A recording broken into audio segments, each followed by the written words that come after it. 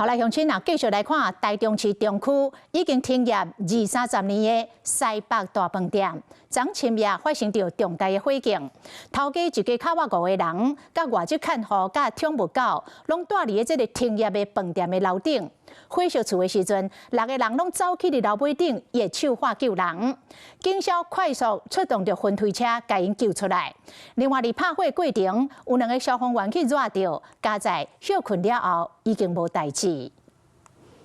大火燒毀窗外，輕巧高分燒到歪高起窗，引起是外機的冷媒漏射，看到高分的哪只是火坑，見着不3樓火燒到真猛，有6個人受困佇咧厝尾頂。發生火警地點是70年代台中市真有名的西北大飯店，因為佇咧火車頭一區，所以有真濟人來遮圍觀。民眾看到厝尾頂有人下手化救命，攏看甲真緊張個着急。我就是站在那裡，然後剛好就是有人說有人在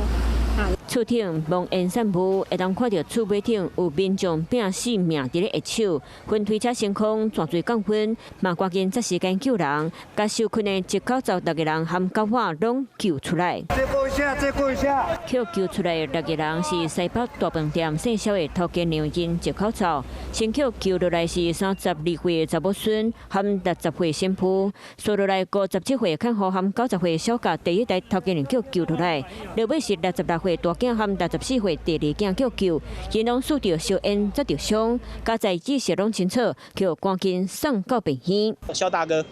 他是一個台灣第一批打那個小兒麻痹的疫苗被認證的一個疫苗受害者，他是在鐵門的後面。火警發生的當時，另外一位男性外籍看護第一時間有心走來樓骹，通知消防隊講樓頂有人受困，伊嘛真自笑，無甲厝主按出來。大火西北飯店已經休困真儕年，為1樓到4樓攏是空厝，厝主一家伙仔住佇咧5樓甲6樓鐵片厝，大火為3樓燒去咧樓頂，伊嘛攏走去6樓等人來救。到府民眾積極，現場消防隊先分推車實行噴水炮火，無成救人力。如果涉水的話，會把煙往我們要雲梯車